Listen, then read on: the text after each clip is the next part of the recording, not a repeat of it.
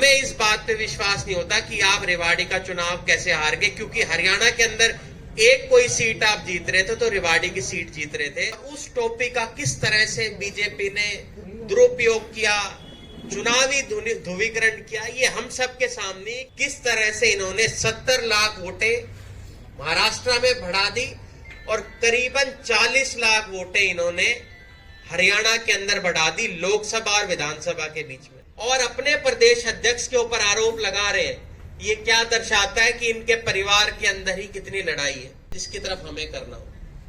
तो इस तरह की राजनीति का आज के समय के अंदर भाजपा के जो लोग हैं उसका इस्तेमाल कर रही है। मुझे बड़ा अचरज हुआ इस बात को सुनकर, और उसके बाद मैंने और भी जितने हमारे लोग थे उनसे हमने पता किया। अभी भाई भरत बता रहे थे कि उनको एक और विधायक है हमारे, उन्होंने भी बताया कि उनके पास भी इस तरह से लोग आए थे। मैंने उन विधायक जी को कहा कि मैंने कहा जी हमने तो हमारी पूरी ताकत इस चुनाव के अंदर लगाई थी, पूरी मेहनत करी थी, और पिछले चुनाव में जब कांग्रेस पार्टी की हवा नहीं थी, एक तरफ बीजेपी की लहर चल रही थी, हर व्यक्ति के जुबान पे भाजपा का नाम था, हम लोगों ने तब इस चुनाव को जीता।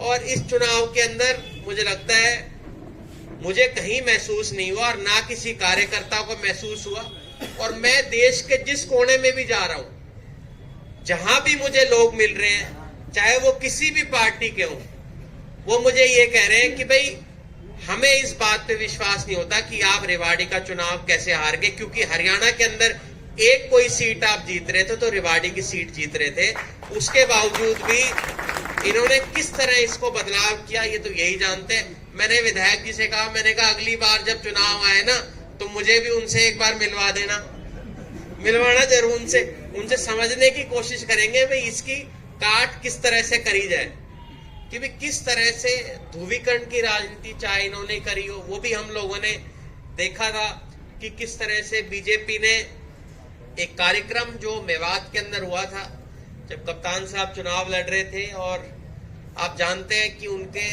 रोजा इफ्तियार का कार्यक्रम हमारे जो मे भाई है उनका होता है, और उसके अंदर एक टोपी मैंने और कप्तान साहब ने डाली हुई थी, और उस टोपी का किस तरह से बीजेपी ने दुरुपयोग किया, चुनावी ध्रुवीकरण किया, ये हम सब के सामने, किसी को बताने की जरूरत नहीं है। अभी राहुल गांधी जी पिछले दिनों में बोल रहे थे और उन्होंने बताया कि किस तरह से जब लोकसभा में चुनाव हुए थे और जब महाराष्ट्र में चुनाव हुए विधानसभा के, तो 70 लाख वोटें वहां पर बढ़ा दी गई। आप ये बताओ 4-5 महीने के अंतरकाल के अंदर किस तरह से इन्होंने 70 लाख वोटें महाराष्ट्र में बढ़ा दी और करीबन 40 लाख वोटें इन्होंने हरियाणा के अंदर बढ़ा दी लोकसभा और विधानसभा के बीच में। तो इतने वोटर कहां से इन्होंने जोड़ तोड़ दिए, इस बात का जवाब ना तो इलेक्शन कमीशन देने का काम कर रही है और ना भाजपा की सरकार देने का काम कर रही है। और आप लोग तो आए दिन देख ही रहे होंगे कि किस तरह से इनके अपने जो नेता हैं वो रोज इनके ऊपर तीखे प्रहार कर रहे हैं। अनिल विज से पुराना तो मुझे नहीं लगता भाजपा का कोई नेता होगा, ये तो सब जानते हैं। मैं जब प्रदेश का अध्यक्ष था तब भी चुनिंदा इनके विधायक चुन के आते थे, तब से मैं अनिल विज जी को जानता हूं, और जिस प्रकार से ये अपने मुख्यमंत्री और अपने पूर्व मुख्यमंत्री और अपने प्रदेश अध्यक्ष के ऊपर आरोप लगा रहे हैं, ये क्या दर्शाता है कि इनके परिवार के अंदर ही कितनी लड़ाई है, और लड़ाई होना भी जायज है।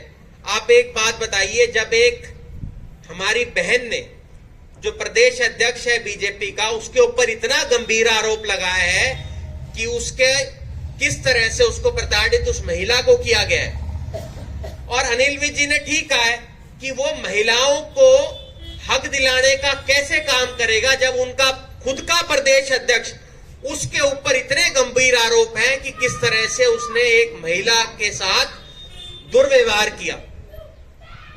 आप खुद समझिए कि कैसी ये पार्टी होगी, कैसा इसका चरित्र होगा, कैसे इसके अंदर लोग होंगे जो अपने खुद की महिला जो है उनके साथ ऐसा कुकर्म करते हैं।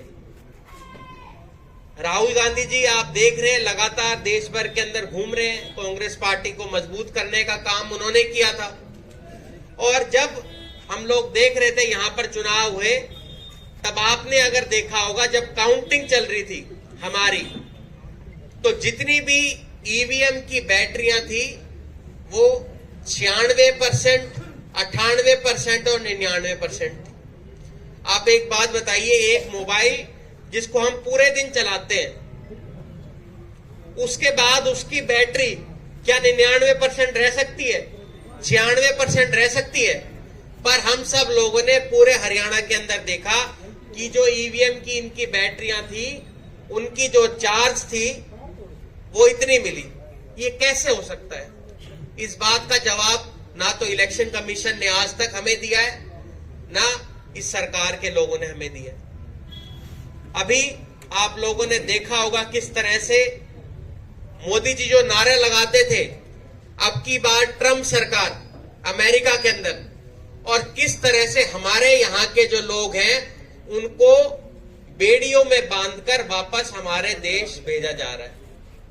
ये हमारे देश का कितना बड़ा अपमान है कि हमारे जो अपने नागरिक हैं उनको उस देश से निकालकर वापस यहां भेजा जा रहा है। ठीक है, आपको अलग तरीके से वो लोग वहां पर पहुंच गए, पर क्या उन्होंने इतना बड़ा गुनाह किया था कि उनको जेवड़ी से बांध दिया जाए, उनको पैरों से बांध दिया जाए? क्या ये हमारे देश का अपमान नहीं है? आप मुझे बताइए। और हमारे प्रधानमंत्री ऐसे हैं जिन्होंने अब उसके ऊपर एक शब्द अब तक नहीं कहा है। ये दर्शाता है कि इनको हमारे लोगों से कोई सरोकार नहीं है। अभी आप जानते हैं इलाहाबाद के अंदर कुंभ का मेला चल रहा है जो 144 साल बाद हुआ है, और हम सब धर्म को मानने वाले लोग हैं, पर किस तरह से हम लोगों ने देखा कि इन्होंने जो उनकी मुस्तैदी रहनी चाहिए, आज से पहले भी कितने कुंभ वहां पर हुए हैं, आज तक कभी वहां भगदड़ नहीं मची। वहां से जो लोग लौट कर आए उन्होंने बताया कि हजारों लोगों की मृत्यु वहां पर हुई है। तो क्या भाजपा के नेताओं को, क्या हमारे प्रधानमंत्री को, क्या वहां के मुख्यमंत्री को जवाब देने की आज जरूरत नहीं है कि इतने लोगों ने अपनी जान क्यों गंवा दी? तो हम सब लोगों को इस तरफ भी ध्यान देना पड़ेगा।